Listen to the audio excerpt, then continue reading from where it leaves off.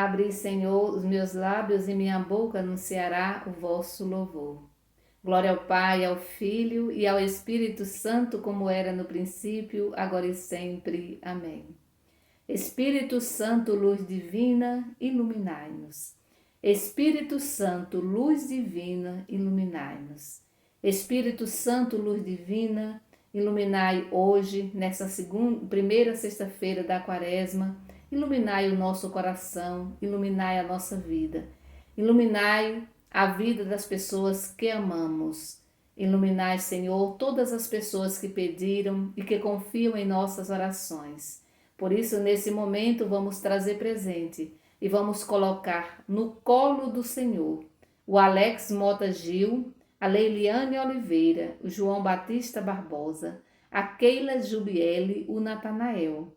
Queremos também colocar no colo de Deus a Neide Solange Gomes, a Milena Coelho, toda a família, a Marioli e sua família, o seu Antônio José Leite, a Solange, o João Paulo Costa, a Joana Dark e a Lucivânia Martins. Queremos colocar no colo de Deus pedindo a cura para Meire Corrêa Lacerda, Janicléa Freitas, João Jesus Silva, Olisa Pereira Montalvão. Rezemos também pela Simone Raquel Dias, Norma Castro Nogueira, Andréa Gláucia, Luzinete da Silva Barbosa, Giovanni Bezerra e a sua mãe, Dona Maria José.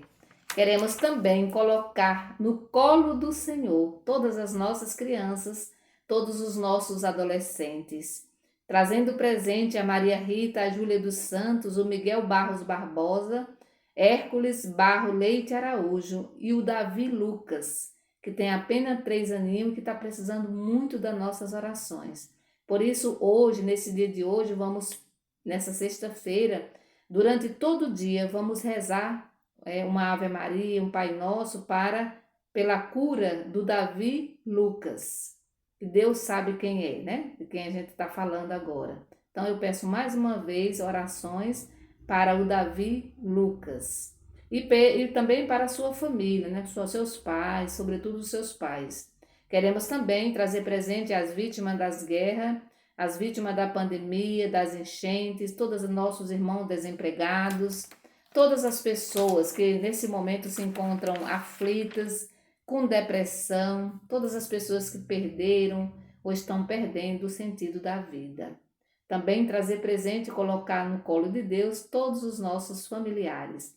Em nome do Pai, do Filho e do Espírito Santo. Amém. Hoje, nessa sexta-feira, nós somos convidados e convidadas a meditarmos o Evangelho que está em Mateus, capítulo 5, do versículo 20 ao 26. Mateus, capítulo 5, do versículo 20 ao 26. O Senhor esteja conosco, Ele está no meio de nós. Evangelho de Jesus Cristo segundo Mateus. Glória a vós, Senhor. Com efeito, eu lhes garanto, se a justiça de vocês não superar a dos doutores da lei e dos fariseus, vocês não entrarão no reino do céu. Vocês ouviram o que foi dito aos antigos: não mate, quem matar será condenado pelo tribunal. Eu, porém, lhes digo: todo aquele que fica com raiva do seu irmão se torna réu perante o tribunal. Quem diz ao seu irmão, imbecil, se torna réu perante o sinédrio. Quem chama o irmão de idiota, merece o fogo do inferno.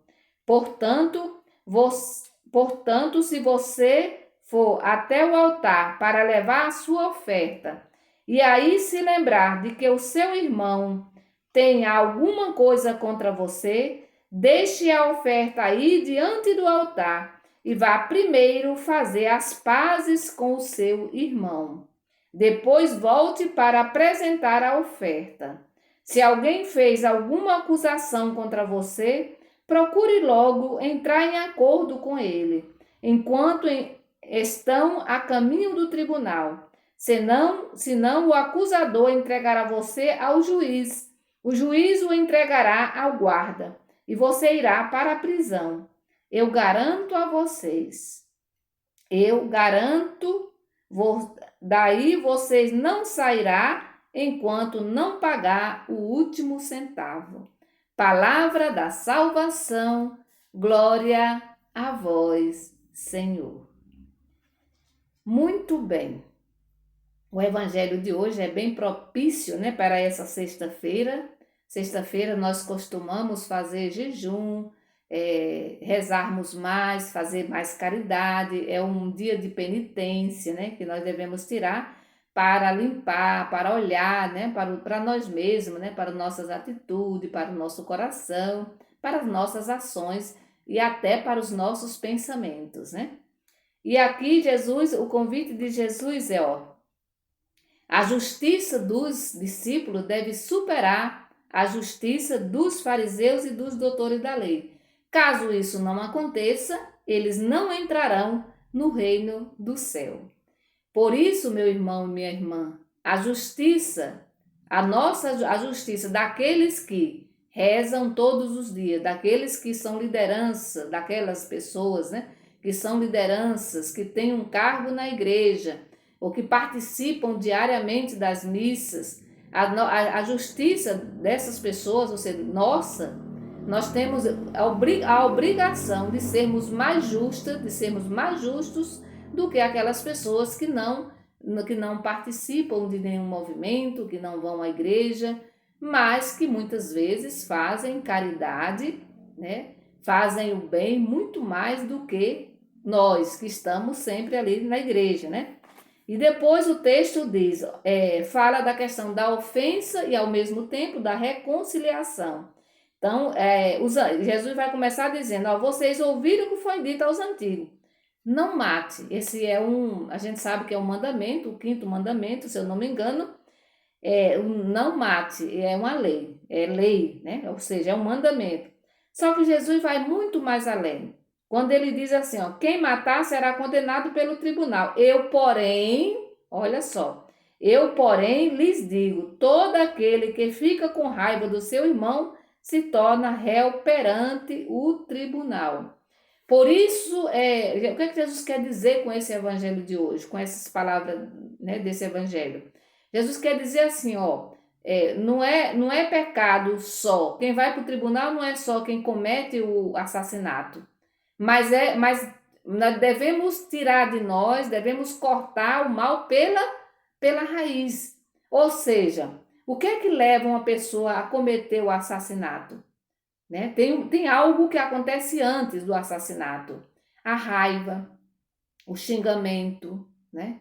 O xingamento, a raiva, o ódio, tantas outras coisas que passa, né, na nossa vida, pelo nosso coração, e a gente não vê como um pecado. Né? A gente geralmente olha para o ato em si, o ato do assassinato em si, mas a gente esquece de que por trás disso, tem pequenas ofensas repetidas e que vai levar ao ato do assassinato, ou seja, de tirar a vida da pessoa. Né? Então são essas coisinhas que vai matando, que vai corroendo o coração humano. São gestos, pequenos gestos, entre aspas, e que ao longo da vida vai se tornando, né, vai se agigantando, vai se tornando uma coisa grande, e aí, quando a gente se dá conta, já estamos cometendo o ato de matar mesmo, né? Ou seja, de tirar a vida. E depois o texto é interessante quando ele diz assim, olha, quando você... E às vezes são pequenas palavras, aí o evangelho vai dizer, quem diz ao seu irmão imbecil, se torna um réu perante ao tribunal. Quem chama o seu irmão, quem chama, né, o outro de idiota, e tantas outras palavras ofensivas que mata a pessoa também por dentro, que deixa a pessoa triste, que fere o coração da pessoa e automaticamente fere também o coração de Deus. E depois Jesus vai dizer assim, se você tiver que levar a sua oferta até o altar e se lembrar de que o seu irmão tem alguma coisa contra você, você deve deixar aí a sua oferta e ir fazer as pazes com o seu irmão. Tem uma canção do Padre Zezinho que ela é belíssima, quando ele diz, deixe a sua oferta diante do altar e vá primeiro se reconciliar. Aí ele diz, né, que Deus quer o nosso louvor, Deus quer a nossa oferta, mas ele também quer ver o nosso amor. E muitas vezes, gente, isso já aconteceu, né? Acontece, acho que acontece com todo mundo. Da gente ir para a igreja, a gente vai fazer a nossa oferta, e aqui eu não estou falando da oferta, só a oferta material, mas também a oferta da nossa vida, e muitas vezes a gente vai com o coração machucado ou ferido, ou às vezes até cheio de raiva, de ódio. Às vezes a gente sai de casa e sai chutando, né? Chutando até os animais que passam pela nossa frente. E aí a gente, às vezes, até chegar à igreja, a gente passa por nossos pelo vizinho, por alguém que a gente conhece e muda de calçada.